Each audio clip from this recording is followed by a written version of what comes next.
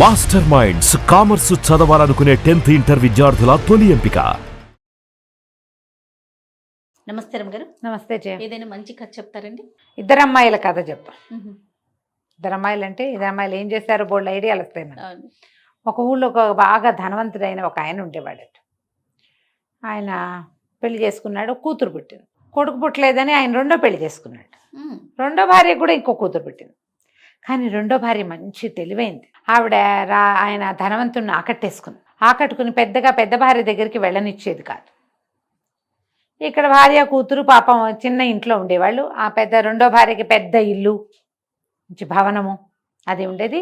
ఆవిడ అసలు ఆయన్ని వ్యామోహింపజేసేసింది అనమాట. కొడుకులు పుట్టకపోయినా పర్వాలేదనే ఇలాంటి భావాలు వచ్చేసినాయి. క్రమంగా పెద్ద భార్యని ఆ చిన్న ఇంట్లో నుంచి ఊరి చివరిన ఒక చిన్న గుడిసెలోకి మార్పిచ్చేసింది.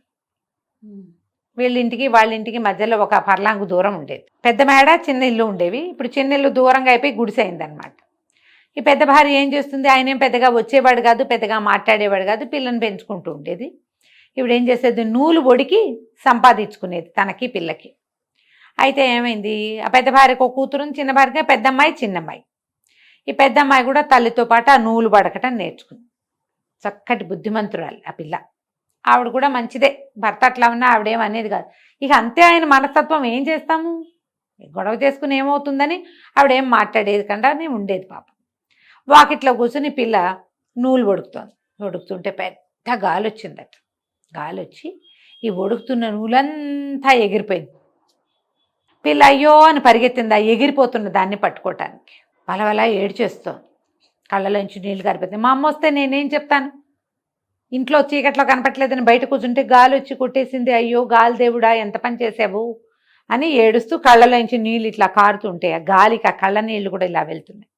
అయితే ఆమె వెనకాల నుంచి వస్తున్న గాలిదేవుడు అన్నాడు, ఏం పర్వాలేదులే, పోయిన నీ ఏడవకు, పద నాతో రా, నీవు నూలు నీకు ఇప్పిస్తాను అని చెప్పాడు. పిల్ల గాలితో పాటే అలా ముందుకెళ్ళింది. వెళ్ళేసరికల్లా ఏమైంది, అక్కడ ఒక ఆవు కనపడింది. ఆవంది, అమ్మాయి ఎక్కడికి వెళ్తున్నావమ్మా అని అడిగింది. గాలిదేవుడు నా నూలు ఇప్పిస్తానన్నాడు, నేను వెళ్తున్నాను.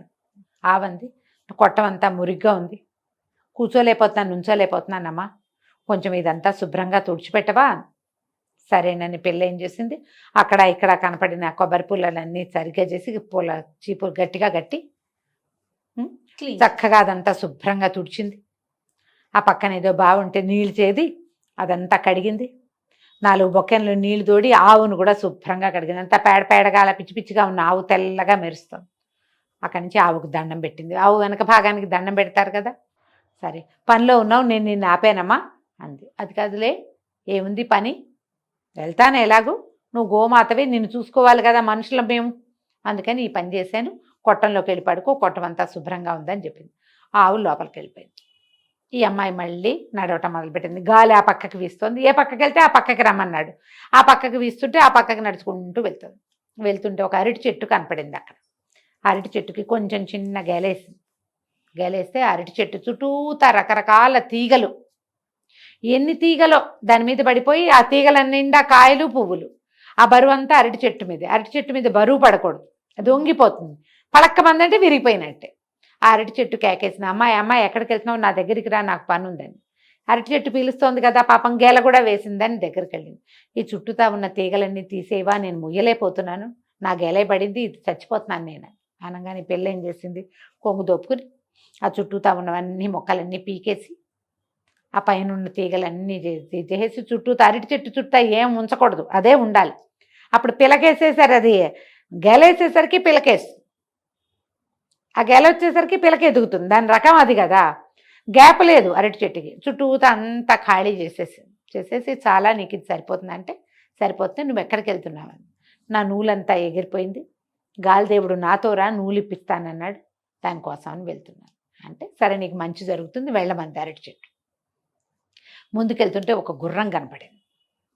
ఆ గుర్రం చెప్పింది, ఓ అమ్మాయి ఎక్కడికో పరిగెట్టుకుంటూ వెళ్తున్నావు, ఇట్రా, నా మీద ఈ జీన్ ఎంత బరువుగా ఉందో, ఈ జీన్ ఓడదీసి కింద పెట్టవా అని అడిగేసరికల్లా సరే. ఈ అమ్మాయి ఏం చేసింది, నువ్వెందుకు మొయ్యలేకపోతున్నావు అంది. నేను కడుపుతో ఉన్నాను, ఈ జీన్ బరువు మొయ్యలేకపోతున్నాను, వేసేసి వెళ్ళిపోయాడు రాజకుమారుడు, తీయి అది మొత్తం తీసింది. ఆ జీన్ తీయటం కూడా కష్టమే, పిల్ల నానా తంటాలు పడి ఆ జీను ఉడదేసి కింద పెట్టింది. గుర్రం అమ్మయ్య అని గాలి పీల్చుకుని, నీ దారి నువ్వు వెళ్ళు, నువ్వు ఎంతో మంచిదానివి, నాకు ఎంత సహాయం చేసావో అని బోల్డ్ మెచ్చుకుంది. సరే పిల్ల ముందుకు అట్లా వెళ్తుంటే ఇక గాలి ఏం చేసింది, ఒక పెద్ద బిల్డింగ్ లాగా ఉన్న చోటకి ఈ అమ్మాయిని తీసుకుపోయి లోపల అమ్మలగన్న అమ్మ ఉంది, నువ్వు వెళ్ళు, నీ నూలు నీకు ఇస్తుందా అనేసరికి ఈ అమ్మాయి లోపలికి వెళ్ళింది. లోపల ఒక ముసలి మా అమ్మ కూర్చుని ఉంది, చక్కగా ఉంది ఆవిడ. ఈ అమ్మాయి గాలి అంత ఎగిరిపోయిందిగా, రాట్నము నూలు వడుకుతున్నది అన్నీ ఎగిరిపోయినాయి.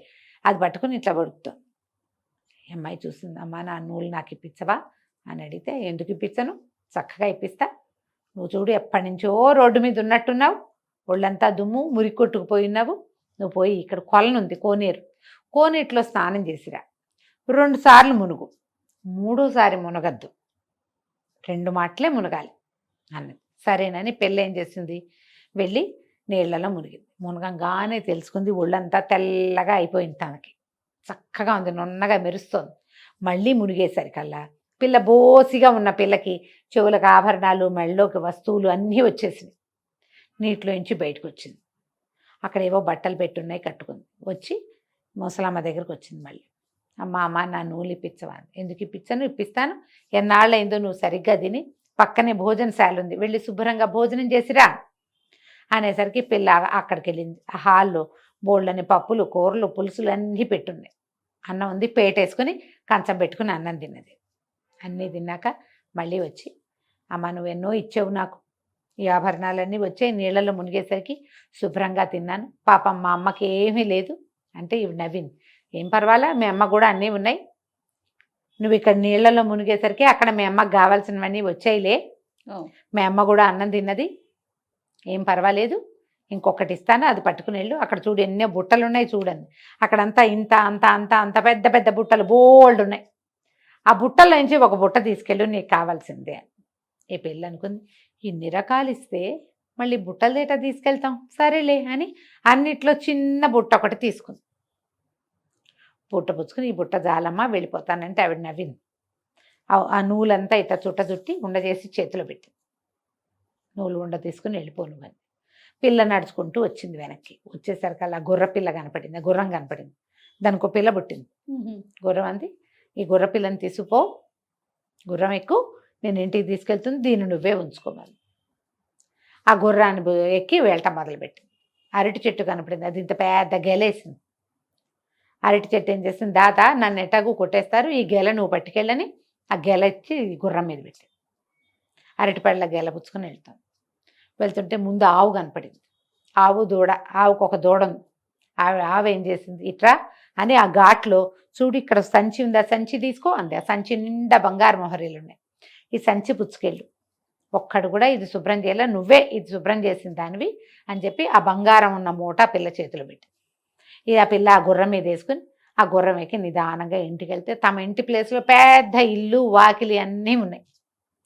అప్పుడు ఈ పిల్ల చెప్పింది, అమ్మలుగా అమ్మని చూశాను, ఎంత బాగుందో, ఇదిగో ఈ నూలేమో నీకు ఇచ్చింది, ఈ బుట్ట నాకు ఇచ్చిందమ్మా అని చెప్పి అరటి పళ్ళ గెల, ఈ గుర్రము, డబ్బు అన్నీ తల్లికి అప్పచెప్పింది. అమ్మంది, ఈ బుట్టలో ఏముందమ్మా, ఏమో నాకు తెలియదమ్మా, ఏదో ఒక బుట్ట తీసుకెళ్ళమంది, ఇన్నిచ్చింది, ఇంకా పెద్ద బుట్ట ఎందుకని చిన్న బుట్ట తీసుకొచ్చానమ్మా, ఎక్కడైనా తగిలించుకుందాం బాగుందని. అమ్మంది, అందులో ఏముందో చూద్దాం పట్టని ఆ బుట్ట తీశారు. ఆ బుట్ట ఎప్పుడైతే ఓపెన్ చేశారో అందులో నుంచి ఒక పెద్ద వెలుగులాగా బయటకు వచ్చి ఒక పొడుగాటి కుర్రాడు వచ్చాడు అక్కడికి.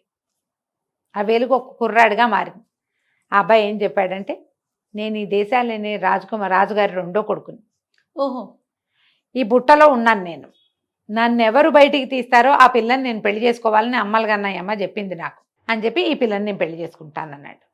వాళ్ళ అమ్మ ఆశ్చర్యపోయింది.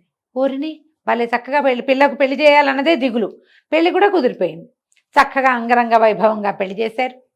రాజుగారు 2వ కుమారుడు వీళ్ళ మేడలోనే ఉండిపోయాడు. చుట్టుపక్కల వాళ్ళందరూ ఓహో పిల్లకి ఎంత దశ పట్టిందని చెప్పుకున్నారు. రాజుగారి ధనవంతుడి చిన్న భార్య కూతురికి కూడా పిలిపెళ్ళింది, చిన్నమ్మాయికి కూడా. కానీ వాళ్ళు రాలే పెళ్ళికి. ఇంత చక్కటి పెళ్లి కొడుకు వచ్చాడు, ఏమిటో ఇవి అవి కలిసి వచ్చినాయి, గుర్రం వచ్చింది, వాళ్ళ ఇంటికి అవి వచ్చినాయి ఇవి వచ్చినాయి అని చెప్పుకున్నారు. సరే 2వ భార్య అంది, వసే అవన్నీ మనకి వస్తాయే, నువ్వు ఎల్లు. నువ్వు కూడా వెళ్ళు, ఆ అమ్మలుగా నమ్మ ఏమిటో చూసిరా ఇట్టాట. నేను వెళ్ళి కనుక్కున్నాను అన్నీను, ఏమీ లేదు. వాకిట్లో నూలు వడుకుతూ కూర్చో, గాలి వస్తే గాలితో పాటు పో, అమ్మలుగా నమ్మని చూసిరా. నీకు కావాల్సింది అడిగి తెచ్చుకోవచ్చు, పెద్దది అటాగే తెచ్చుకుంది, నువ్వు కూడా అటాగే తెచ్చుకోవచ్చు. చిన్నది మహా పొగరబోతు, సాగుబడి, దాని ఇష్టం. వాళ్ళమ్మ ఇప్పుడు వాళ్ళ దగ్గర చాలానే ఉన్నాయి, ఉంచుకోవచ్చు కదా. ఈ వీళ్ళ దగ్గర ఉన్నవి కూడా మనకే కావాలని ఎందుకు అనుకోవాలి ఎవరైనా. సరే వాకిట్లో కూర్చుంది నూలు పడుకుతూ, గాలి రాదు పాడు రాదు ఎప్పటికీ. దాంతో ఏం చేసింది ఈ అమ్మాయి, లోపల నుంచి ఒక విసినకర్ర పట్టుకొచ్చి బాగా విసిరి ఆ నూలంతా ఎగిరిపోయేలాగా చేసింది. విసరగా విసరగా గాలిదేవుడు వచ్చాడు. ఏమిటమ్మాయి విసురుతున్నావు అన్నాడు. నా నూలంతా ఎగిరిపోయింది, నాకు తెచ్చివా అంతే. సరే నాతో రా, నేను తెచ్చిస్తానన్నాడు. సేమ్. సరే వెంబడి పెట్టు తీసుకుపోయాడు. తీసుకెళ్తే ఒక ఆవు కనపడింది అక్కడ. ఆవు చెప్పింది, నా కొట్టమంతా శుభ్రంగా లేదు, కొంచెం బాగు చేస్తావంటే. బాగు చేస్తావు, కొట్టం బాగుండిపోతే వాకిట్లో పడుకో. కొట్టమే పడుకోవడం నీకు అది బెడ్రూమ్ కావాలా ఏంటి, నీకు గది అంతఃపురం కాంతవా నువ్వు, బయట పడుకో చెట్టు కింద. ఇవన్నీ ఎవరు చేస్తారు ఈ పనులన్నీ, పేడగీడ నేనేం ముట్టుకో, నాకు అసలు అలవాట్లేదు చెత్తపుట్టలు ముట్టుకోవటం అని పిల్లని అడవటం మొదలుపెట్టి. అరటి చెట్టు కనిపించింది. ఓ పాప ఇట్రా ఇట్రా, కొంచెం ఈ మొక్క చెట్లన్నీ పీకవా చుట్టూతా ఉన్నాయంటే. అనేసరికల్లా చెట్టు మొదట వచ్చినప్పుడే పీకించుకోవాలి, ఇంతంత పెరిగిపోయి నీ మీద పడితే ఇవన్నీ ఎవరు ముట్టుకుంటారు, అవన్నీ ఇట్లా రసాలు వస్తాయి, ఆ చెట్లు ముట్టుకుంటే చేతులు కంపు, నేను ముట్టుకోను, నాకు అలవాట్లేదు, ఇలాంటి పనులన్నీ నేను చేయను పొమ్మని. ఊరుకుంది అరటి చెట్టు. ఇంకా ముందుకెళ్ళేసరికల్లా గుర్రం కనపడింది. నా మీద జీనుంది తీవా అంది. ఎవడు వేశాడో వాడితో తీర్చుకో, ఎవ్వరికి హెల్ప్ చేయాల, మాకు అలవాట్లేదు, అవసరం లేదు. అలవాటు లేదు, అవసరము లేదు, ఇంకేంటంటే ఆ రకమైన ధోరణి లేదు. ఈ గుర్రం ఊరుకుంది. ఇంకా ఈ అమ్మాయి నడుచుకుంటూ వెళ్ళింది. వెళ్ళాక గాలిదేవుడు అన్నాడు, లోపలికి వెళ్ళమ్మా, అమ్మలుగన్నయ్య అమ్మ ఉంది, ఆవిడ దగ్గరికి వెళ్ళమ్మా. లోపలికి వెళ్ళింది. ఆవిడ ఇటా నూలు తీసుకుంటుంది. ముసలి మా అమ్మ కూర్చుంది.